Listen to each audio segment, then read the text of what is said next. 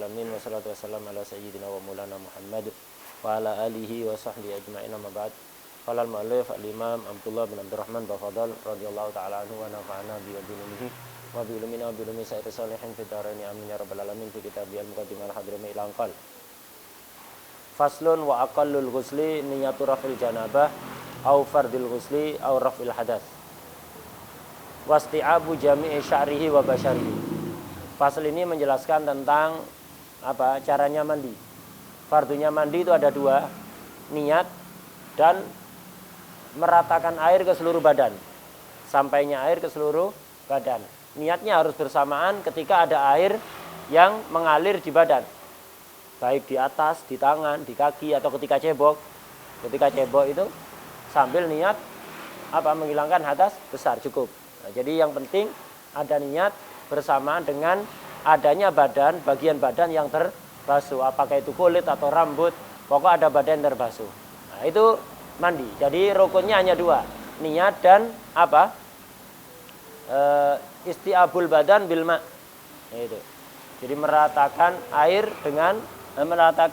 air ke seluruh badan. Minimalnya mandi yaitu tadi, wa aqallul ghusli, minimalnya mandi, baik mandi wajib atau mandi sunnah. Niyatu rafil janabah. Jadi nyiramkan air, nawaitu rafal janabah. Walaupun tidak nyebutkan fardon. Walaupun tidak nyebutkan nawaitul ghusla, tidak usah al-ghusla. Langsung nawaitu rafal janabah. Atau nawaitu rafal hadas. Cukup. Karena kemarin sudah kita ketahui ya, dalam penggunaan fuqaha, ketika dimutlakan hadas, maksudnya hadas kecil. Kalau hadas besar, disebutkan. Tapi kalau untuk orang yang melakukan niat, yang dimaksud hadas, itu tergantung hadas yang ada pada dia. Ketika dimutlakan, nawaitu rafal hadas. Kalau yang ada pada dia hadas kecil, ya berarti maksudnya hadas kecil. Kalau yang ada pada dia hadas besar, ya berarti hadas besar. Kalau yang ada pada dia dua-duanya, ya pokok hadas, otomatis menghilangkan dua-duanya. Niyatu rafil janabah au fardil ghusli. Nawaitu fardul ghusli atau nawaitul ghuslal mafrud, cukup. Walaupun tidak menyebutkan sebabnya, fardu kenapa? Tidak harus. Nawaitu fardul ghusli. Tidak tanpa menyebutkan lirafil hadasil akbar, tidak usah, tidak apa-apa. Jadi nawaitu fardul ghusli atau nawaitul ghuslal mafrud, itu cukup. Kemudian au rafil hadas, lah ini nawaitu rafal hadas, cukup itu. Atau nawaitu rafal hadasil akbar atau nawaitu rafal hadas an jamil badan, cukup itu sudah ya. Karena ya kemarin sudah diterangkan, ketika mutlak maka diarahkan ke hadas yang ada pada dia. Kalau orang itu niatnya beda dengan kenyataan, sah apa enggak? Misal dia itu janabat, tapi niatnya nawaitu raf'a hadasil haid. Atau sebaliknya, dia berhenti dari haid, niatnya nawaitu raf'al janabah. Atau orang janabahnya gara-gara ihtilam, jadi niatnya dia nawaitu rafa hadasil jima' misalnya. Nawaitu rafa janabatul jima', padahal dia ihtilam, tidak jima'. Atau sebaliknya, sah apa enggak? Sahha ma'al ghalat. Kalau keperucut, keliru kerentek, sah. Walaupun salah, tidak sesuai kenyataan. Tapi kalau disengaja tidak sah. Kenapa? Main-main dia. Dia tidak haid, laki-laki. Nawaitu rafa hadasil haid. Ya. Atau perempuan, dia hadasnya hadas haid, niatnya nawaitu rafal janabah.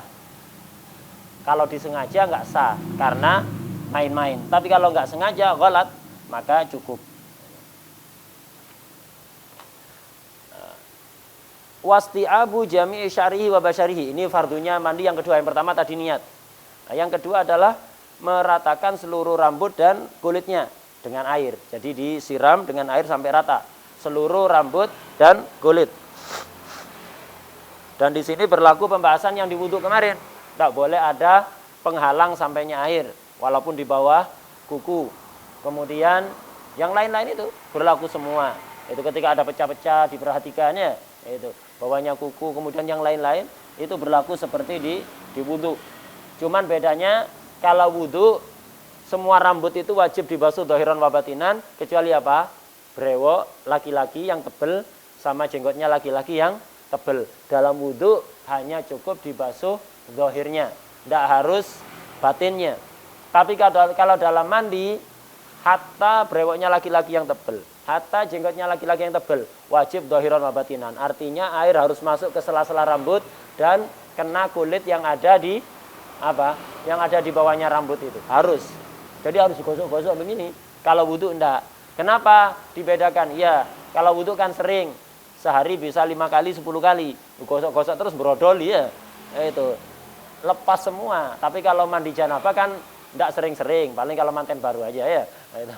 Jadi enggak sering-sering. Makanya wajib untuk zahiran wa batinan kalau mandi. Kalau wudhu karena masyaqqat, al-masyaqqat tajribut taisir kaidahnya. Masyaqqah itu kondisi sulit itu akan mendatangkan kemudahan hukum. Al-amru idza daqat tasa' wa idza tasa'a daqa. Sesuatu itu kaidah ini, kaidah fikih dan kaidah kehidupan. Al-amru idza daqat tasa'. Urusan itu kalau sulit maka akan datang kemudahan. Wa idza tasa'a daqa. Ketika mudah akan datang kesulitan. Itu sudah kaidah hidup itu. Sudah kaidah hidup. Ketika sulit akan mendatangkan kemudahan, ketika mudah akan mendatangkan kesulitan. Karena itu jangan pernah mimpi hidup di dunia seneng terus, enak terus, gampang terus. Tidak ada ceritanya. Mustahil. Itu, mustahil. Nah, kalau mimpi itu mati ya, paham ya? Nah, itu. Jadi nggak bisa di dunia itu begitu. Wasti abu jami syari wa basyari. Sudah. Kemudian wayajibu kornun niyati bi awwali maghsulin. Wajib membarengkan niat dengan awal anggota yang dibasuh. Biar langsung dianggap. Artinya ketika air disiram ke kepala, baru nyampe kepala langsung niat. Langsung niat menghilangkan hadas. Agar basuhan ini langsung dianggap. Tapi awas, jangan disalahpahami. Oh berarti kalau baru nyampe kepala nggak niat, air nyampe pipi baru niat, berarti tidak sah. Was-was. Banyak orang salah paham begitu, akhirnya was-was. Makanya penyebab was-was itu tidak ada lain. Hanya dua. Satu jahlun biddin, kedua khobalun fil akal. Yang pertama jahlun biddin. Kebodohan dalam urusan agama. Lu pinter baca kitab, bisa jadi bodoh dalam urusan itu. Bisa jadi. Pinter baca kitab, Masya Allah, pinter. Tapi pas urusan itu dia tidak ngerti. Cara niat tidak ngerti. Dikira niat itu, hati itu harus sama kayak lisan. Ada tajwidnya begitu. Tidak ada. Hati tidak ada tajwidnya. Harus, oh ini kurang panjang matnya ini. Oh ini tidak ada. Nah, itu. Nah, jadi bodoh dalam urusan itu. Seperti orang yang itu tadi, pinter baca kitab, tapi kalau puasa, habis kumur, ngeludahnya 20 kali, habis itu ambil ando. Atau pinjam kompresornya tukang tempel ban, cowok biar keringnya. Nggak ngerti. Ini orang pinter, tapi pinter nggak ngerti urusan itu. Itu jahlun biddin sebabnya, ima itu. Kalau akalnya normal, berarti jahlun biddin. Salah memahami agama. Atau itu, khobalun fil akal, gangguan akal. Basuh wajah, basuh tangan udah basah semua. Bahkan radius 5 meter kanan kiri depan belakang basah semua. Dia bingung, sudah tak basuh apa belum? Ini basah kenapa ini? Udah ada hujan kok. Jadi sebagian orang was-was gitu-gitu, basuh wajah, basuh tangan, udah basah semua, sak pakaiannya basah, radius kanan kiri 5 meter ya. Itu basah semuanya, sampai pinggir-pinggirnya basah. Habis itu dilihat, sudah tak basuh apa belum? Nah, ya apa ini? Ya kebadan belakang. Itu gangguan dalam akalnya. Nah, itu nas'alullah al-afa wal afiyah. Bala, itu jangan dibiarkan. Nah, jadi maksudnya wajib membarengkan niat dengan awal basuhan agar basuhannya langsung dianggap sah. Jadi kalau antum baru disiram atas kepala ini langsung niat, basuhannya ini langsung dianggap, tidak usah diulang sudah. Tapi bukan berarti niat itu harus betul-betul bareng dengan itu. Air baru nempel langsung niat. Kalau enggak sah, enggak begitu. Pokoknya ada air mengalir di badan, antum niat sah. Jadi kalau ada orang nyiram kepalanya, ketika disiram kepalanya ini enggak niat. Akhirnya ngalir ke muka, ke dada. Pas airnya nyampe dada baru niat. Ya sudah sah niatnya. Tapi yang atas tadi enggak dianggap. Kenapa? Ketika dibesuh belum ada nih niat. Ketika air nyampe di dada ngalir, niat sah sudah. Setelah itu tinggal nyiram lagi kepalanya, nggak usah niat lagi. Niatnya tadi sudah sah, niat itu sekali. Habis itu tinggal ngeratakan. Wah deh ya. Nah ini maksudnya wayajibu qarnun niyati bi awwali maghsulin. Udah, ini minimal mandi. Tapi sebaiknya melakukan sunah-sunahnya. Apa sunah-sunahnya ini? Wa sunanuhu al-istiqbal. Sunatnya mandi itu menghadap kiblat dan berdiri. Sunatnya mandi tidak duduk, beda dengan wudu. Wudu itu sunatnya duduk. Jarang di sini sediakan tempat duduk untuk wudhu. Kalau di Masjid Jami' Tarim, di tempat wudhunya Masjid Ba'alawi di Tarim itu ada tempat duduknya, dibangun semen begitu. Jadi wudhunya itu duduk. Kalau nggak biasa ya basah semua. Sunahnya wudhu itu duduk. Kalau sunatnya mandi berdiri dan menghadap kiblat. Kalau menghadap kiblat sama. Kemudian sunahnya lagi watasmiyatu makrunatan bin niyah. Itu. Membaca bismillah bersamaan dengan niat.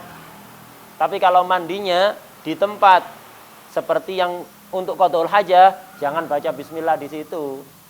Jangan baca bismillah di dalam. Kecuali bismillah dengan hati. Kita tahu kan kemarin tidak dianjurkan, termasuk adabnya jangan membaca zikir ada di dalam tempat qadhul hajah. Lah kalau tempat mandinya itu khusus mandi, bukan untuk tempat qadhul hajah, silahkan baca bismillah di situ. Tapi kalau tempat mandinya ini campur, untuk tempat qadhul hajah juga, untuk kencing, untuk berak, jangan baca bismillah di dalam. Lah terus siapa? Ya ketika di dalam baca bismillah dalam hati aja. Kan kemarin diterangkan, bismillah itu kalau ditinggalkan di awal bisa dilakukan. Yang penting belum selesai wudhunya, belum selesai mandinya. Termasuk zikir. Kalau zikir belum dibaca berarti belum selesai. Ada khilaf kemarin ya antara Imam Ibnu Hajar dengan Imam Romli. Kalau sudah kaki disiram tapi belum doa, apa sudah dianggap selesai? Apa enggak? Itu pendapat itu. Jadi ketika di dalam baca bismillahnya dalam hati, nanti keluar sebelum membaca doa setelah mandi, zikir setelah mandi, kita baca bismillahirrahmanirrahim awalahu wa akhirahu. Wa tasmiyah makrunatan bin niyah. Jadi sunat baca bismillah bersamaan dengan niat. Wa ghuslul kafain, sama kayak kemarin. Ngusap, membasuh kedua tangan, ya siwakan, ya bismillah. Basuh kedua tangan sunat, dibasuh kedua tangan ini. Sama seperti wudu siwakan juga sunnah, sama seperti wudu madmadah istinsaq sunnah, sama seperti wudu. Wa ghuslul kafain. Kemudian apa?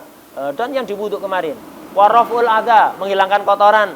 Itu kotoran baik yang suci atau yang najis, itu dihilangkan dulu sebelum disiram badannya. Kalau misalnya ada kotoran habis kencing atau habis berak, cebok dulu. Atau di tangannya ada najisnya, ada badannya, ada madhi misalnya, disucikan dulu. Atau ada kotoran yang suci, bekas mani misalnya, dibersiram dulu. Itu menghilangkan kotoran baik yang suci maupun yang najis. Itu. Setelah itu baru mandi. Kemudian juga ada keterangan orang itu kalau mau mandi sebelum buka pakaian, sebelum buka aurat, itu baca bismillahilladzi la ilaha illahu. Itu sebelum buka pakaian, mau mandi atau mau ke kamar mandi itu baca bismillahilladzi la ilaha illahu. Karena dengan begitu setan tidak bakalan bisa ngelihat aurat kita. Tapi kalau antum langsung lepas pakaian aja tanpa membaca bismillahilladzi la ilaha illahu, setan akan ngelihat auratnya antum. Kalau tertarik kesemsem gimana? Akhirnya diikuti terus, ditempeli terus kan jadi muskilah. Itu. Kalau nanti setan terus ngefan, ya setan ngefan jadi penggemar antum kan muskilah. Itu. Nanti masuk ke TikToknya antum, ke Instagramnya antum, menjadi follower dan seterusnya, ya muskilah juga kayak ini. Terus ngikuti terus kemana-mana gitu ya. Nah, jadi makanya sebelum lepas pakaian itu baca bismillahilladzi la ilaha illahu. Itu. Di kamar sendirian mau ganti pakaian, sebelum dibuka itu baca itu, biar aurat kita tidak dilihat oleh setan. Oleh jin. Waraful ada. Kemudian ada sumal wudu ya. Punya antum ada sumal wudu? Punya ini? Miftah. Ada sumal wudu. Sumal wudu. Yang darul minat tidak ada ya. Kurang. Yang darul minat ada. Waraful ada sumal wudu, kemudian wudu sunat. Sebelum mandi itu wudu. Wudu dulu. Walaupun mandi itu menghilangkan hadas besar, otomatis akan menghilangkan hadas kecil. Otomatis. Seandainya dia ada hadas kecil, akan hilang dengan mandi itu. Tapi tetap sunnah. Kenapa? Ada khilaf ulama, apakah wudu itu indirat fil ghusli atau enggak. Makanya wudu dulu sebelum mandi. Sunat untuk wudu. Kemudian baru summa ta'ahudu mawadi'il in'itaf. Kemudian memperhatikan tempat-tempat lipatan-lipatan badan. Jadi badan yang lipat-lipat seperti ketiak, selangkangan, di area lutut, area siku. Orang kalau gemuk, perutnya bertingkat-tingkat ya, berlapis-lapis. Berapa lapis? Ratusan. Jadi sebagian orang perutnya itu bertingkat-tingkat ya, itu begini. Lah, itu diperhatikan. Jadi ketika digini-ginikan begitu. Jadi dikasih mukadimah dulu lah diginikan, sehingga nanti disiram itu langsung kena air. Kalau enggak gitu enggak nyapa ke air nanti. Nah, itu jadi memperhatikan tempat-tempat lipatan badan, lipatan kulit, gitu. Telinga kayak itu dan seterusnya. Kemudian wa takhlilu usuli sya'ri salasan biyadil mablulah, menyela-nyelai pangkal rambut. Jadi menyela-nyelai pangkal rambut 3 kali menggunakan tangan yang dibasahi. Jadi tangan dibasahi, kemudian disela-selai ke rambutnya begini. Tujuannya apa? Kalau rambut itu digitukan dulu, nanti disiram, airnya langsung rata. Jadi lebih hemat air. Tapi kalau tidak digitukan dulu, rambut masih sangat kering, antum siram, nanti yang basah luarnya aja. Kenapa? Rambut kalau kering amat, disiram itu seperti daun talas nanti. Air itu tidak bisa diem, disiram langsung ngalir ke bawah. Sehingga yang basah hanya permukaan, dalamnya tidak basah. Nah, biar nggak terjadi seperti itu, nanti akhirnya imma basuhan rambutnya tidak rata, mandinya tidak sah. Atau bisa rata tapi boros air.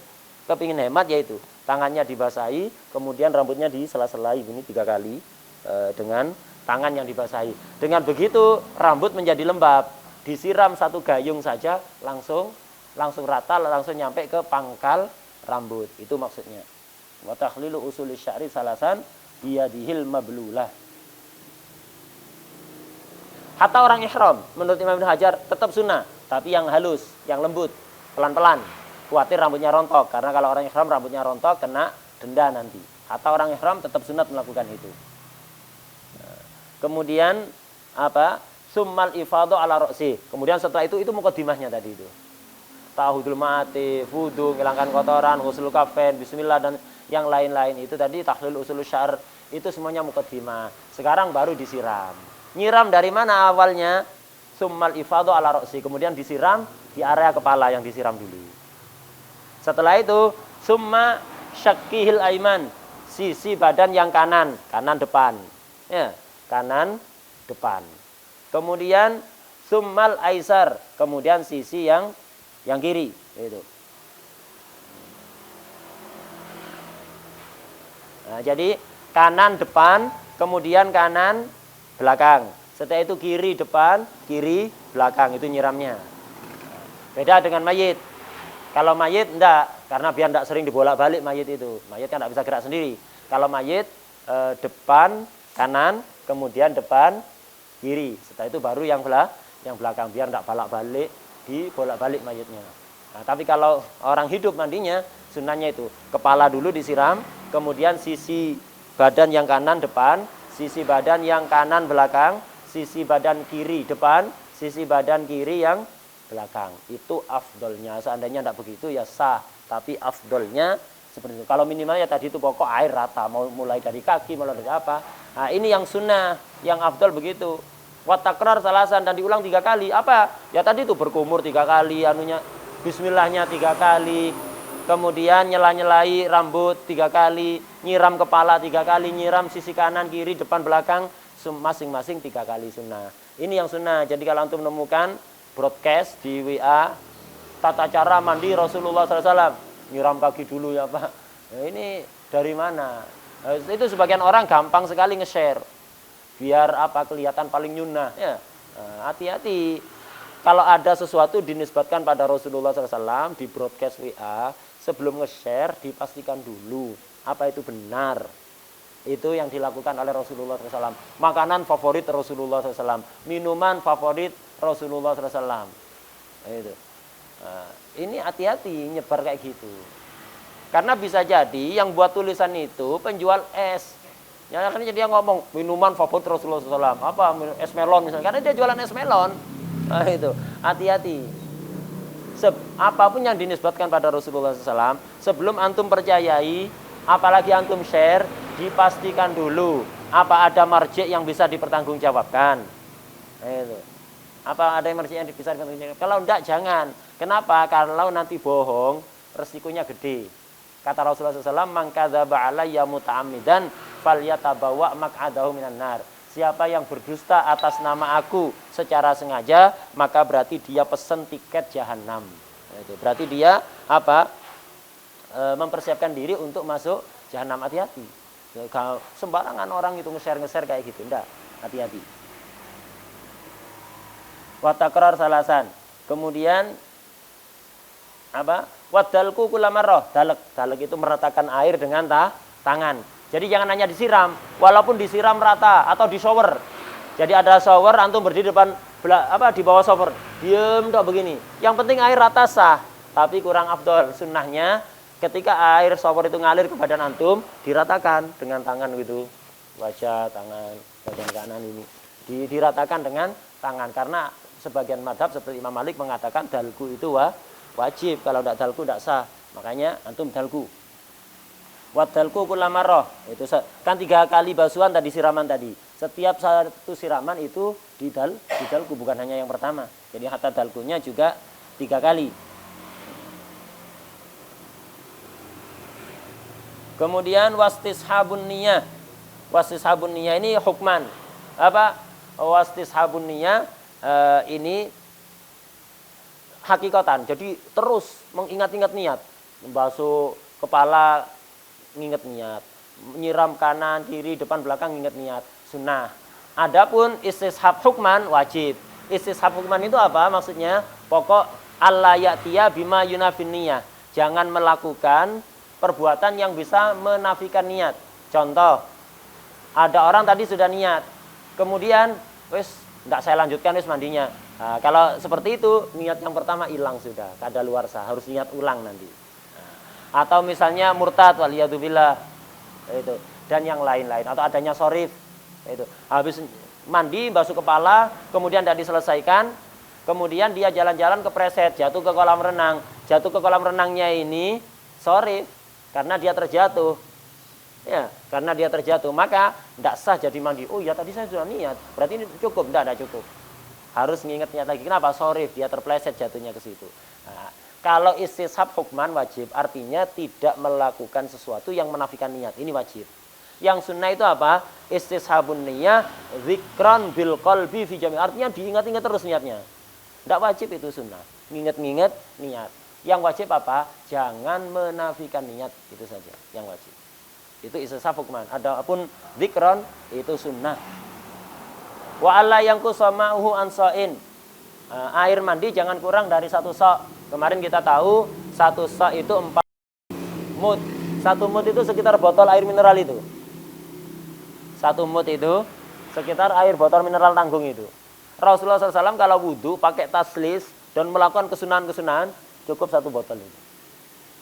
Orang Indonesia kumur-kumur itu habis 1 botol ya. Nah, itu kumur-kumur sama istinsak hampir 1 botol. Nyiram kaki 1 timba.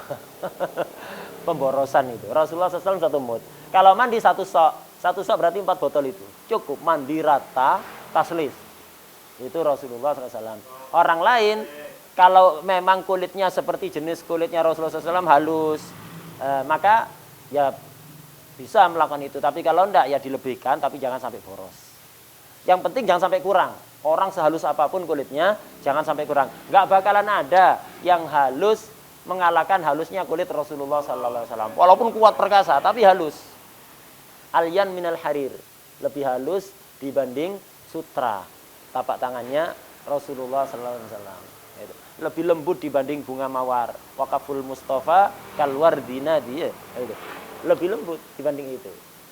Tidak ada yang lebih lembut. Seandainya ada orang kulitnya lembut, mandi cukup. Air kurang dari 1 sok, cuma 3 botol. Idealnya 4 botol. Kurang jangan. Kenapa? Rasulullah SAW yang sehalus itu kulitnya, itu tidak pernah kurang dari satu sok. Karena itu wa'alla yang kuso ma'hu anso. Jangan kurang dari 1 sok. Orang Indonesia ini tidak ada yang kurang ini. 40 sok kurang ya. Itu kalau orang Indonesia. Wa'alla yang kus ma'hu anso. Jangan kurang dari 1 sok. Kemudian wa antud bi'al mar'atu. Cukup sudah. Wallahu a'lam bishawab.